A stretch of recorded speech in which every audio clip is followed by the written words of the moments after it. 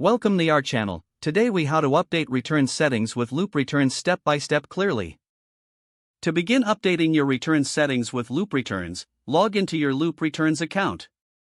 Navigate to the dashboard by selecting the menu icon. From the dashboard, find and click on the Settings tab. In the Settings menu, look for the Return Settings option. This will direct you to the Return Settings page. Review the current return policy displayed on this page. To make changes, click the Edit button located next to the policy. Adjust the settings as needed, including return window, refund methods, and other policies. Ensure that all selected options comply with your business requirements. After making your adjustments, scroll down to the bottom of the page. Click the Save Changes button to apply your new settings.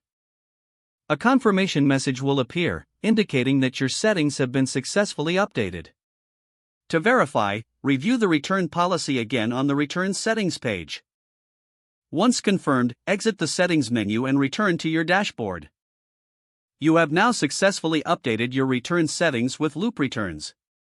If the page does not load, refresh the browser or try again in a private or incognito window. Make sure you are using the correct email address, then retype it carefully to avoid small typos.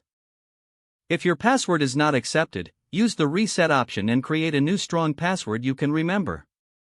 Check your spam folder for verification or security emails, then complete any requested confirmation steps.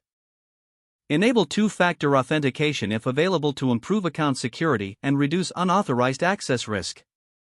After signing in, review your profile details so your contact information and settings are accurate and current.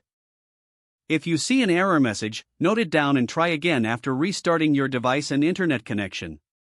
Log out when you finish, especially on shared devices, to keep your account and payment information secure.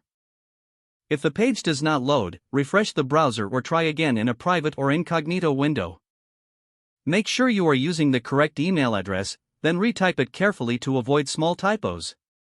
If your password is not accepted, use the reset option and create a new strong password you can remember.